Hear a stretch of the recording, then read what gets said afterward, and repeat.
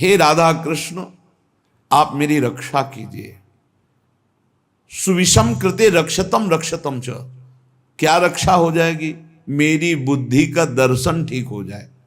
ये जो बुद्धि निश्चय कराती है ना, बहुत गलत निश्चय कराती, इसमें सुख इसमें सुख इसमें सुख, धिक्कार है। भगवान की कृपा से दिव्य मानव देह प्राप्त करके दिव्य आध्यात्मिक सुख प्राप्त करने की लालसा रखनी चाहिए, ना कि भोग दृष्टि से देखना चाहिए। हे प्रभु मेरी रक्षा करो, मेरी बुद्धि शुद्ध हो, नहीं तो दुर्गति पक्की है, पक्की दुर्गति है। फिर जब काम अपना अधिकार जमा लेता है हृदय में, तो क्रोध का तांडव शुरू हो जाता है, नाक में गुस्सा रहता है, छोटी छोटी बातों में वो अपने पूज्य जनों को भी कटु वचन, कठोर व्यवहार, हिंसादि भी कर सकता है। जैसे बड़ा भ्राता पिता के तुल्य होता है, पिता माता ये भगवान के तुल्य होते हैं, पर क्रोधी पुरुष इन पर भी हाथ उठा देगा, इनको भी अपमानित कर देगा। हो सकता है क्रोध ज्यादा बढ़ जाए तो हिंसा भी कर सकता है। ये राक्षसी बुद्धि के लक्षण हैं, जो माताओं बहनों में काम भाव देखना और क्रोध करना। ये क्रोध बहुत बड़ा अनिष्टकारी, कभी किसी का क्रोध से मंगल नहीं हुआ, कभी किसी का मंगल नहीं हुआ। क्रोध को क्षमा के द्वारा नष्ट करना चाहिए। नाम जप से ऐसा धैर्य धारण करना चाहिए, जो आपके प्रति अपमान की क्रिया, प्रतिकूल क्रिया, तिरस्कार क्रिया, अहित क्रिया करे, उसको भी क्षमा कर दो। क्षमी अद्वेष्टा सर्वभूतानां मैत्रा करुण एवच निर्ममो निरहंकारां सम दुखा सुखः क्षमी। क्षमी क्षमावान, क्षमावान बलवान होता है, क्रोधी बलवान नहीं होता, वो कमजोर होता है। क्षमावान बलवान होता है। क्षमा के द्वारा क्रोध का नाश करो। प्रिया प्रीतम के स्मरण से, उनके चरणारविंद के चिंतन से, उनकी लीला गायन से अपने बुद्धि को इतना परिपक्व करो कि अगर गृहस्थ हो तो अपनी पत्नी के सिवा सर्वत्र जननी भाव हो, पूज्य भाव हो। प्रियाजू की सब सखियां हैं या स्वयं जगत अम्बा इन रूपों में विराजमान हैं, ऐसा पवित्र भाव करो। जैसे हम अपने घर में जवान बहन, जवान बेटी, जवान परिकर के साथ रहते हुए कभी दोष बुद्धि नहीं होती, कभी ये भाव ही नहीं आता ये स्त्री है, मेरी बहन, मेरी बेटी। ऐसे ही चराचर जगत का भाव बन जाए तो हमारी बुद्धि शुद्ध हो जाए। असूया, क्रोधासूया। असूया दूसरों के गुणों में दोष देखना, किसी भी व्यक्ति का छिद्रावेषण करना, इसमें क्या दोष है, ये देखने का अधिकार केवल गुरु को है या पूज्य जनों को है, वो भी अपने निज शरणागतों के, अन्य के नहीं। और वो भी उसे निर्दोष करने के लिए, निंदा या अपमानित अवहेलना करने के लिए नहीं। दूसरों के गुणों में दोष देखना ये सबसे बड़ी हानिकारक वृत्तियां हैं। ये जो वर्णन की जा रही है, माता बहनों में काम भाव और क्रोध भाव और दूसरों के गुणों में दोष देखना और मद, किसी भी प्राकृतिक वस्तु को लेकर के जो अहम वृत्ति प्रकट होती है उसे मद कहते हैं। ये मद नष्ट करने वाला होता है। जब मद होता है तो उसे कुछ सुहाई नहीं देता है, क्या करना चाहिए क्या नहीं करना चाहिए ऐसा अहंकारी पुरुष निर्णय नहीं कर सकता। वो तो पवित्र बुद्धि वाला निर्णय करता है। इसलिए अहंकार सर्वथा त्याज्य है, क्योंकि ये समस्त संस्कृति का मूल और दुख ही इससे प्राप्त होता है। जैसे क्रोध से हानि ही होती है, दूसरों के दोष देखने से अपने पुण्य ही नष्ट होते हैं, ऐसे अहंकार करने से नाश ही होता है, पतन ही होता है। और पिशुन्नता, दूसरे की चुगली करना, ये भगवत मार्ग में बहुत हानिकारक बात है। ये सुना ऐसा ऐसा ऐसा, और बड़े खुशी हो रहे हैं दूसरे की न्यूनता का वर्णन करके, दोषों का वर्णन करके, चुगली वर्णन करना। पिशुन्नता, दूसरे की बात किसी दूसरे से करना। और दंभ, जो तुम्हारे जीवन में है नहीं उसे दिखावा मत करो। जो हृदय में है, जो वाणी में है, वही आचरण में होना चाहिए। अगर तीनों का मिलान नहीं होता तो उसे दंभ कहते हैं। वाणी से कुछ और, हृदय में कुछ और, आचरण में कुछ और, उसे दंभी पुरुष कहते हैं। जिसका वचन एक, मन एक, आचरण एक उसे संत कहते हैं, उसे भगवत भाव वाला महाभागवत कहते हैं। लोभा अनृताद्य, लोभ, धन का लोभ, नाना प्रकार के विषयों का लोभ, ये अगर मिटाना है तो नाम जप करना होगा। नाम जपने का जितना लोभ बढ़ाओगे तो ये और सब लोभ हट जाएंगे। लोभ पास जेहि गल न बंधाया, सो नर तुम समान रघुराया। और अनृत है झूठ बोलना। झूठ बोलना बहुत सहज होता जा रहा है, इसीलिए भजन में बड़ी हानि, बड़ा निषिद्ध है झूठ बोलना। शास्त्र में बहुत इसे रोका गया है। आज तो झूठे ही लेना, झूठे ही देना, झूठे ही भोजन, झूठ चवेना, हर बात में झूठ बोल रहे हैं लोग। झूठ को पाप ही नहीं समझ रहे, वाणी को शासन में नहीं ले रहे कि मुझे सत्य बोलना है, बस झूठ पे झूठ, जितना नाटक बोला जा सके, यहां तक कि अपने गुरुजनों से भी झूठ। अब इससे ज्यादा क्या होगा? संसार में एक जगह ऐसी है जहां झूठ वैसे तो कहीं नहीं बोलना चाहिए, पर किसी भी कारण से गुरुदेव से तो बोलना ही नहीं चाहिए। अगर गुरुदेव से झूठ बोला तो गुरु से कपट, मित्र से चोरी, या हो निर्धन या हो कोढ़ी। इस जन्म में नहीं तो अगले जन्म में तुम्हें कुष्ठ रोग होगा, गलित कुष्ठ होगा। गुरुदेव से अनृत बोलना, कपट करना, छल छुपाव करना, चलो इस जन्म में नहीं तो कल्याण तो नहीं होगा, मोक्ष को तो प्राप्त होगे ही नहीं, अगला जन्म जरूर कुष्ठी बनोगे, या फिर ऐसी दरिद्रता को प्राप्त होगे कि जो जीवन भर महान कष्ट देता रहे। अनृत बोलना, झूठ बोलना, क्यों बोलना? अगर हम गलत हैं तो फिर हमें दंड मिलना चाहिए, हमारा सुधार हो जाएगा, पवित्र हो जाएंगे। गलत नहीं है तो तुम जो सोचा करो, हम सत्य बोलेंगे। व्यापार आदि के लिए भी झूठ बोलने की कोई आवश्यकता नहीं, सब कोई जानता है मुनाफा के लिए व्यापार होता है। आप अपना नियत जो मूल्य है उसमें मुनाफा जोड़ करके आप बेचिए, झूठ मत बोलिए। झूठ बोलने से कोई व्यापार थोड़ी बढ़ जाएगा। अगर आप झूठ बोल करके पैसा कमा रहे तो परिवार में अशांति, क्लेश, दुख, नाना प्रकार की रोग विपत्तियां घेर लेंगी। सत्य मार्ग पर चलो। श्रीपाद कह रहे हैं, यदि इस जन्म में तुझे मंगल गति प्राप्त करनी है तो अपनी बुद्धि की राक्षसी प्रवृत्ति को रोको। माता बहनों के प्रति काम भाव मत करो, किसी से क्रोध से वर्ताव मत करो, दूसरों के गुणों में दोष दर्शन मत करो, अहंकार मत करो, किसी की चुगली मत करो, जो तुम्हारे जीवन में नहीं वो नाटक मत करो, दंभ मत करो, दिखावा मत करो, लोभ मत करो, झूठ मत बोलो। क्या होगा इससे? इससे आपके अंदर भगवत भाव जागृत होगा। ये नरक पहुंचाने वाले हैं जितने लक्षण हैं, अभी समझ में नहीं आ रहा है, आ जाएगा समझ में। जिस समय दंड विधान लागू होता है तब लगता है कि कभी कोई जिंदगी में पाप ना करे। जब शरीर पीड़ा से युक्त, मन खिन्न, नाना प्रकार की विपत्तियां घेर लेती हैं, बड़ी अव्यवस्थाएं, तब उस जीव को लगता है मृत्यु हो जाए तो अच्छा। तो क्या होगा? मृत्यु हो जाने पर तुम कोई सुविधा में पहुंच जाओगे क्या? भारी दुख। मृत्यु के बाद कोई सुख? अरे सुख तो इस मनुष्य शरीर में है। इस मनुष्य शरीर से परमात्मानंद प्राप्त कर सकते हो, अखंडानंद प्राप्त कर सकते हो, भगवत प्रेमानंद प्राप्त कर सकते हो। भूल गए विषयानंद में, और जब विपत्ति आई तब मृत्यु को मनाने लगे। एक एक चेष्टा का बड़ा बड़ा कष्ट है। तो जिसने कभी दूसरों को, भूखों को भोजन पवाया है, प्यासे को जल पिलाया है, किसी की भारी दुख में सम्मिलित होकर दुख निवृत्ति की है और भगवान नाम जप, तो ऐसी स्थिति को वो सह पाता है। उस समय भी गंभीर मुद्रा में वो भगवान का स्मरण उस दुख से विक्षिप्त होकर नहीं छोड़ता।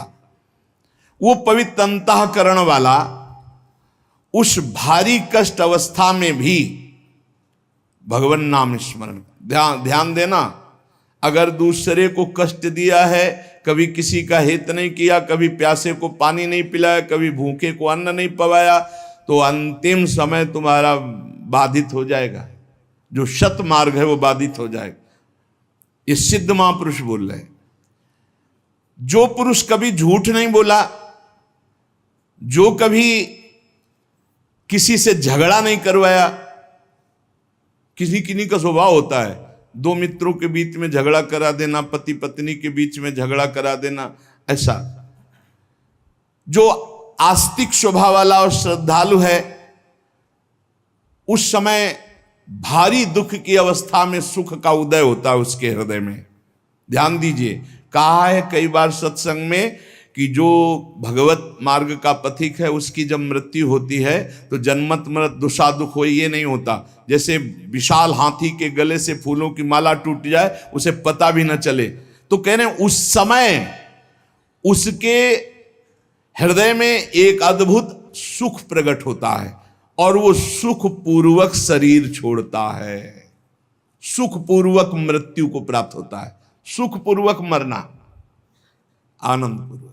जैसे स्वप्न में इस शरीर का भान नहीं रहता, सैया में पड़ा है, ऐसे स्वप्नवत शरीर छूटा और वो जो देवता की, जिस इष्ट की आराधना की, वो वहीं प्राप्त हो जाता है जाकर। पर यह साधारण नहीं है सुखपूर्वक मृत्यु होना। जो सदैव अपने गुरु की आराधना में संलग्न रहा है, कभी किसी वैष्णव की निंदा नहीं की है, सात्विक भोजन पाया है। हम आपको सच्ची कहते हैं, जो शास्त्रों में मना किया गया है उसके अनुभव के चक्कर में मत पड़ना। ऋषियों ने अनुभव करके बताया, मत खाना। भजन में अगर चलना है तो प्याज, लहसुन, मसूर की दाल, जो जो भी मना किया गया मान लो। ब्रह्म ऋषियों ने जो जो निषेध किया है वो नहीं पाना चाहिए। यहां कह रहे हैं जो गुरु की सेवा में संलग्न है, जो किसी की निंदा नहीं की और जो सात्विक आहार करता है, सतोगुणी आहार करता है, और जो लज्जाशील है और भगवान की शरण में है, मृत्यु के समय उसे कष्ट नहीं होता, उसे कष्ट नहीं होता। जो सात्विक आहार करता है, गुरु सेवक होता है, कभी किसी की निंदा नहीं करता है, उदार वृत्ति होती है, जो गुण गंभीर स्वभाव वाला होता है, भगवान का आश्रय लिए होता है, वो अंतिम समय सुख पूर्वक मरता है। भाई जी कैसे गए? जैसे कोई गाड़ी में चढ़ने जा रहा हो, सबसे ऐसे मिलके गए। अगर मन वचन शरीर से कभी किसी को कुछ भी दुख पहुंचा हो तो आज मैं राधा माधव के पास जा रहा हूं, मुझे क्षमा कर देना। भाई जी महाराज बड़ा करुण क्रंदन, निज जन सब एकदम आर्त भाव, भाई जी सबसे ऐसे हाथ जोड़ते हुए, ये मृत्यु है। और इधर पूज्य पंडित गया प्रसाद जी ने देखा पालकी में नवीन सखियां और एक नई किशोरी बैठी हुई, देखा रहे तो भाई जी महाराज जा रहे हैं वृंदावन। गिरिराज जी की तलहटी में देखा कि भाई जी महाराज आ रहे हैं वृंदावन। तो हे पिताश्री, जो मनुष्य कामना से युक्त होकर के, क्रोध से युक्त होकर, द्वेष से युक्त होकर अपने धर्म का त्याग कर देता है, शास्त्र की गुरु की आज्ञा का पालन नहीं करता है, वो मृत्यु के समय भयानक दुख को प्राप्त होता है। उस समय सब चतुराई विस्मृत हो जाती है। अब उस समय क्या आएगा चिंतन में, वही बनना पड़ेगा जो आ जाएगा। जिन्होंने मृत्यु काल उपस्थित होने पर भगवद आश्रय लिया है, उनको जलन नहीं होती। जिन्होंने जीवन में किसी की भी मृत्यु का अवसर समय, तभी कहते हैं ये लाभ एक बार जरूर सब ले। आसपास कोई पशु पक्षी मनुष्य मरणासन में हो, उसके पास जाके नाम सुना दो, चरणामृत पिला दो, वृंदावन की रज लगा दो। अपने लोगों के पास ये होना चाहिए। एक बार हमने कहा था कि एक छोटी सी बैग सबके पास कपड़े की होनी चाहिए, जिसमें चरणामृत, रज, जपमाला, चतुराशी जी, सेवकवाणी, सुधानिधि, ये हमारे सामग्री हमारे पास है। कभी भी प्राण निकले तो है। अगर कभी किसी दूसरे को ऐसा अवसर कि प्राण निकल, तो आप थोड़ी रज लगा दिया मस्तक में, चाहे पशु ही क्यों न हो, उसके मुख में एक कण रज का डाल दिया, चरणामृत डाल दिया, नाम सुना दिया, राधा राधा राधा राधा। अब ये वो बीज बो गया जो आपके अंतिम समय काम आएगा। जब आपका अंतिम समय होगा तो भगवान किसी को भेजेंगे या स्वयं आएंगे और आपके मंगल का संविधान रच देंगे। जीवन में एक बार तो कर लो, आसपास कहीं पड़ोस में कहीं कोई ऐसा दिखाई दे अवसर, आजकल तो लोग इतने बेपरवाह हैं कि सामने कोई तड़प रहा है, एक्सीडेंट हो गया है तो वीडियो जरूर बना लेंगे, खिड़की खोल के गाड़ी बढ़ा के निकल, कौन झंझट में फंसे। तो तुम जब फंसोगे तो तुम भी ऐसे तड़पोगे। ऐसा नहीं, प्राप्त सेवा का तिरस्कार करने वाले को दंड मिलता है। प्राप्त सेवा तुमने देखा, इसको जरूरत है मेरी इस समय, भूल जाओ सारे कार्यों को और अपने स्वार्थ को कि तुम्हारे साथ व्यवहार क्या होगा, उसको तत्काल गोद में उठाओ, गाड़ी में बैठो, अस्पताल ले जाओ, जो होगा बाद में देखा जाएगा। पहले प्राप्त सेवा का पालन करो, प्राप्त सेवा का त्याग नहीं करना चाहिए। जब ये नीच मनुष्य दूसरों को कष्ट देना, झूठी गवाही देकर के फंसा देना, पैसे के बल से, ध्यान से सुना जाए, पैसे के बल से निर्दोष को दंड दिलाना या निर्दोष को दंड देना। एक वकील साहब कह रहे थे अपने यहां जो है कि हमको तो वकालत पढ़ाई ही इसीलिए गई कि जो हमारे पास आवे हम उसको जितावें। भाई ठीक है, सांसारिक व्यवहार में आपको ऐसी शिक्षा दी गई होगी, लेकिन हमारा अध्यात्म ऐसी शिक्षा नहीं देता।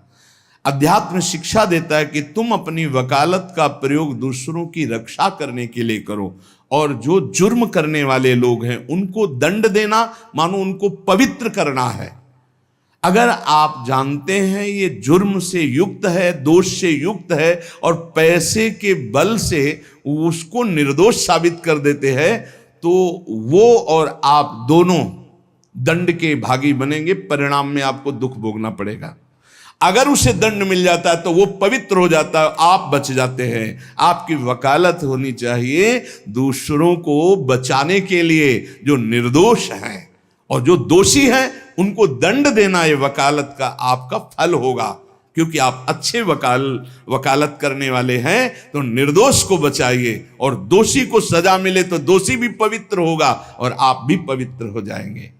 जो लोग झूठी गवाही देते हैं, जो पैसे के बल से दूसरों को, जो निर्दोष हैं उनको दंड दिलाते हैं, दोषियों को मुक्त कर देते हैं, चाहे कोई भी हो, जो बुरी बातों का उपदेश देकर भोले भाले लोगों को फंसाते हैं, जो शास्त्र और संतों की निंदा करते हैं, उनका जब मृत्यु का समय आता है तो भयानक दुख होता है, और उस दुख के समय उनकी दुर्गति का रूप सामने होता है। सुअर, कुत्ता, राक्षस क्या बनना है वही सामने आया और वही उनकी योनि प्राप्त होगी। फिर वो तड़पते हुए मृत्यु को प्राप्त होते हैं। श्री जैमिनी जी ने एक दिव्य पक्षी उनके सामने प्रकट हुआ। ब्रह्म ऋषि किसी भी रूप में अपने जनों को उपदेश देने के लिए प्रकट हो सकते हैं। चैतन्य तेजोमय पक्षी। तो जैमिनी जी ने पूछा कि आपके दर्शन से ही लगता है कि आप त्रिकालज्ञ हैं। जैसे पक्षियों में काकभुसुंड जी, गरुण जी, ये सब त्रिकालज्ञ सर्वज्ञ महापुरुष हैं। तो आप हमें ये बता सकते हैं कि जीव ये दुर्गति को प्राप्त क्यों होता है? चैतन्य घन परमात्मा का अंश अपने को आनंद की खोज के लिए भोगों में फंसा रहा है, ऐसा क्यों होता है?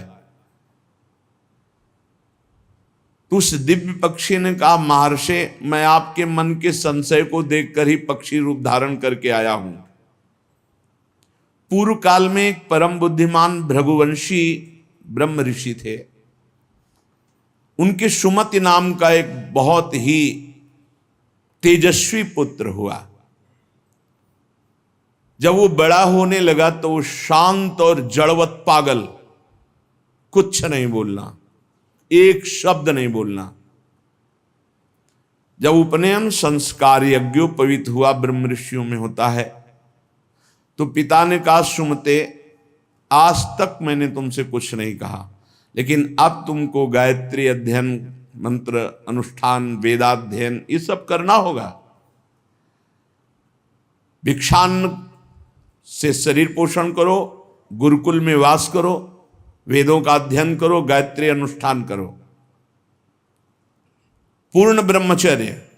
ब्रह्म तेज संपन्न हो, फिर गृहस्थाश्रम में प्रवेश करो और उत्तम धर्म का अनुष्ठान करके भगवत प्राप्ति करो। मनुष्य जीवन का यही लक्ष्य है। प्रथम चरण जिंदगी का जिसका ब्रह्मचर्य से जाता है, पूरा जीवन आनंदमय होता है।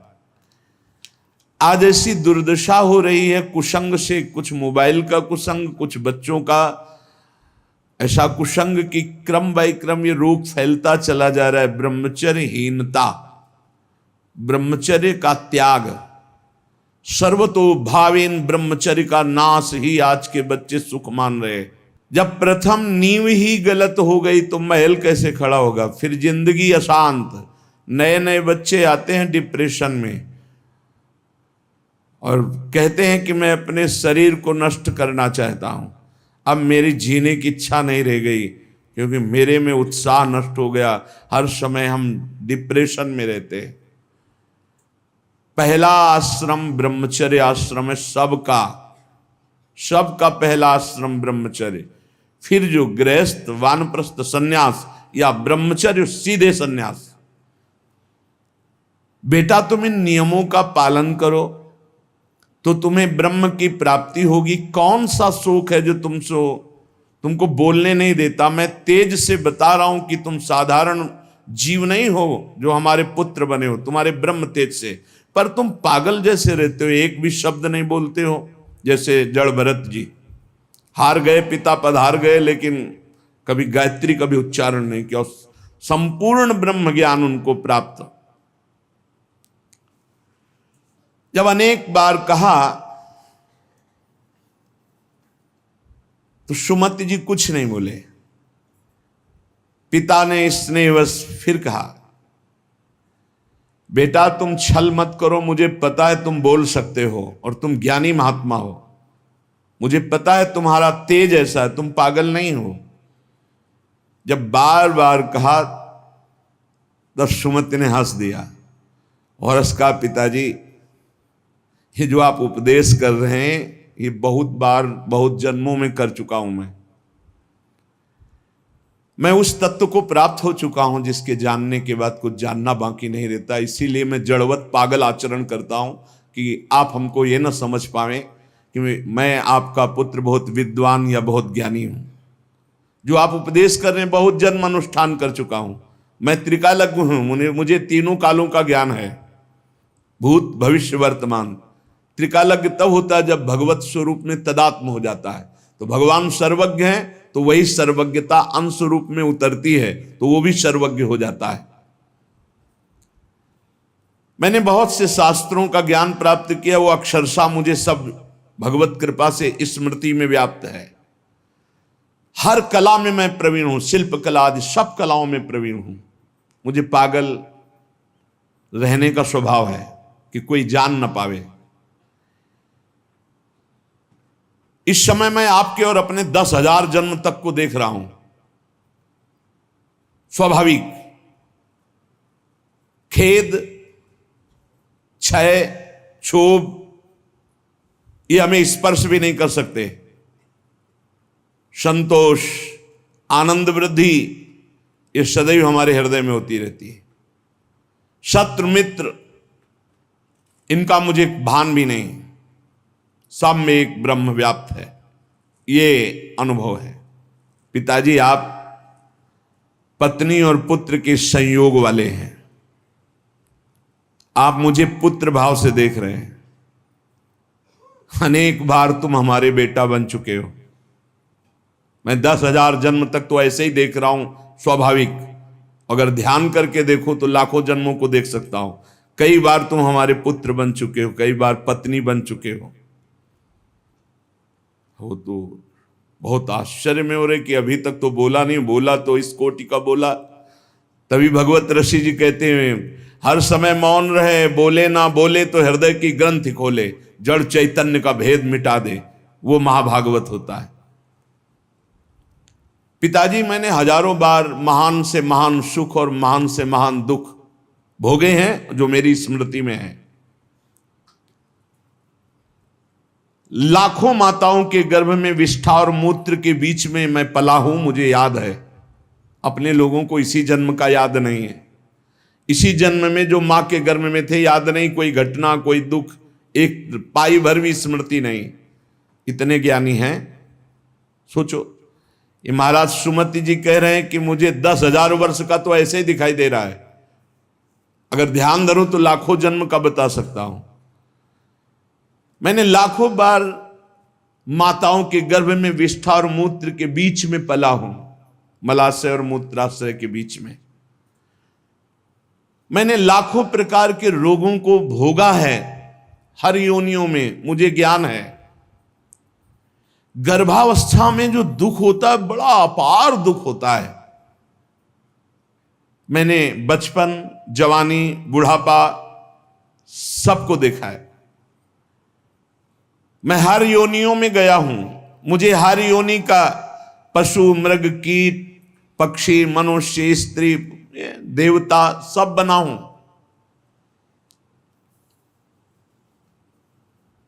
मैंने हर सुख को देखा है, स्वामी का सुख, भृत्य का, दास का, इंद्र का, दरिद्रता का।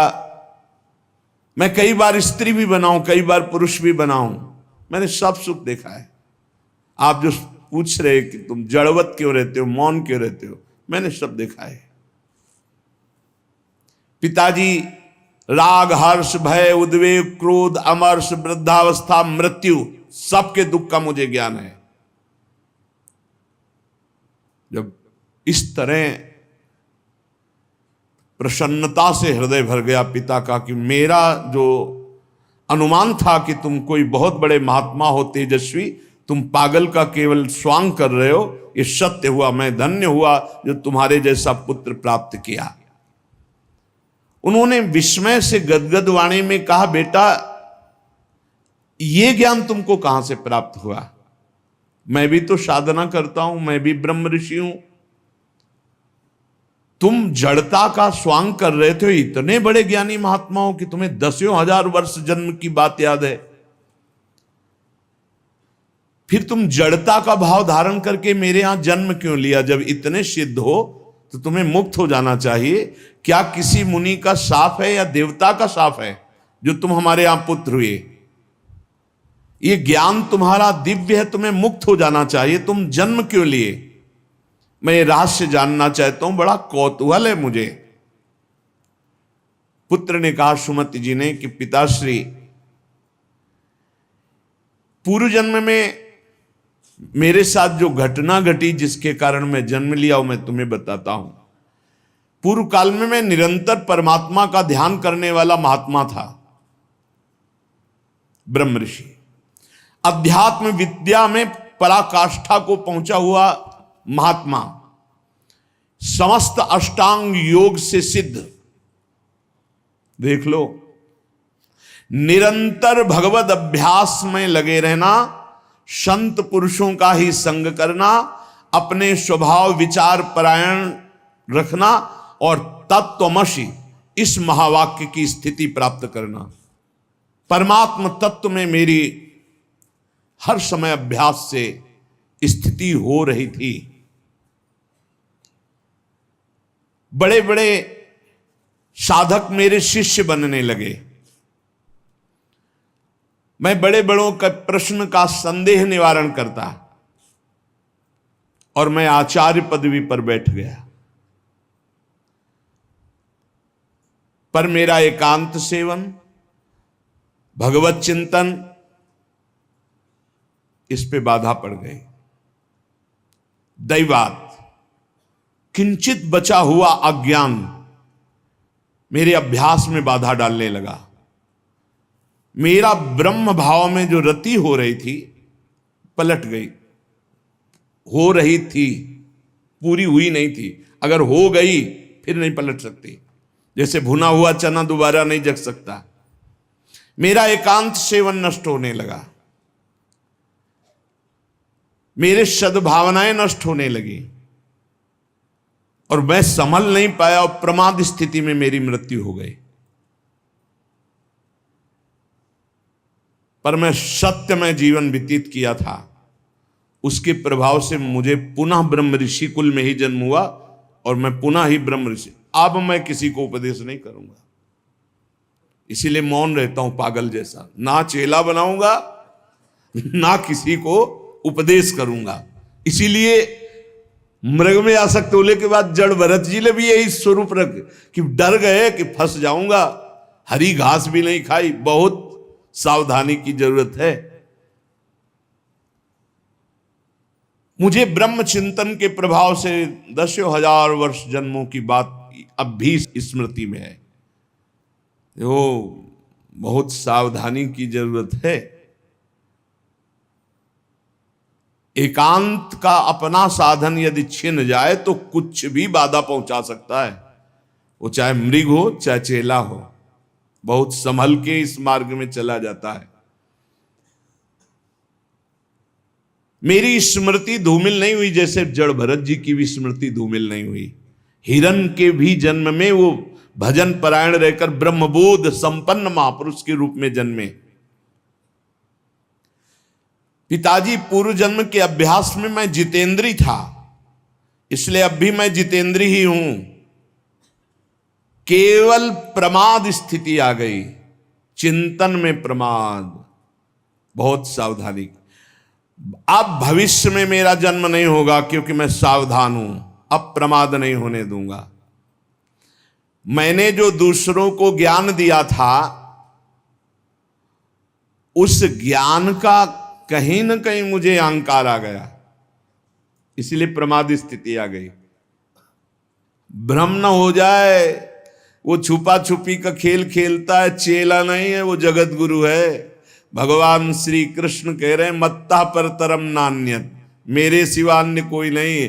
तो कहीं गुरु बनने का अहंकार ना आ जाए। भगवान अपने भक्त की हर इच्छा को पूर्ति करते हैं तो वही आकर शिष्य रूप में शरणागत का स्वांग करते हैं। ये भूल गए तो देख ले, और कोई अपराध नहीं था, कोई अपराध नहीं था। प्रमाद स्थिति मैं ज्ञानी हूं, हम जागृत हो गया, एक जन्म बर्बाद हो गया।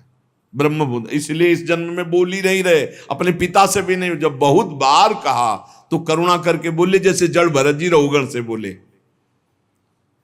मैंने जो दूसरों को ज्ञान दिया था, ये ज्ञान देते समय नहीं होना चाहिए कि मैं उपदेश कर रहा हूं, मैं उत्तर दे रहा हूं। सच्ची नहीं, वो श्री भगवान अंदर से बोल रहे हैं। हृदय मंदिर भगवान का है, साउंड ये दिखाई दे रहा है और अंदर से भगवान बोल रहे हैं। जो उत्तर दिया वो मैं भी सुन रहा हूं। मैं उत्तर देने वाला नहीं हूं, मैं भी श्रोता ही हूं। उत्तर देने वाले श्री भगवान जगत गुरु जो सबके हृदय में बैठे हैं, वही कथयन्ति च माम नित्यम तुष्यन्ति च रमन्ति च, इसकी योग्यता प्रदान कर रहे हैं। वही अंदर से कथन करवा रहे हैं, वही उसी में रमण करवा रहे हैं, वही सुनवा रहे हैं। जो सत्य चिंतन करता है वो कभी व्यर्थ नहीं जाता।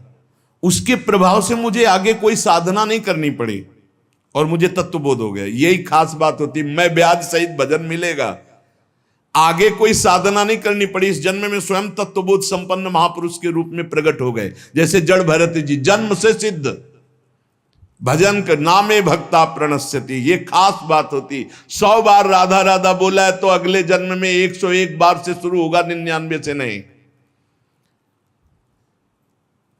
मैं त्रिकालज्ञ हूं, अपना परिचय बता रहे हैं।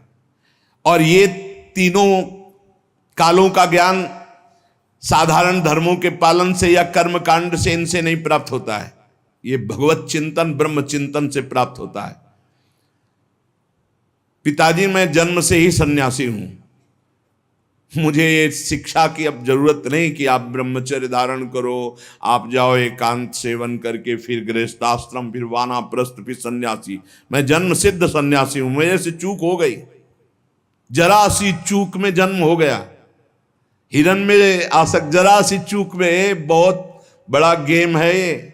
चूक नहीं होनी, ये खेल है, चूक नहीं होनी चाहिए। अच्छा, खास बात देखो, चूक कहां हुई है।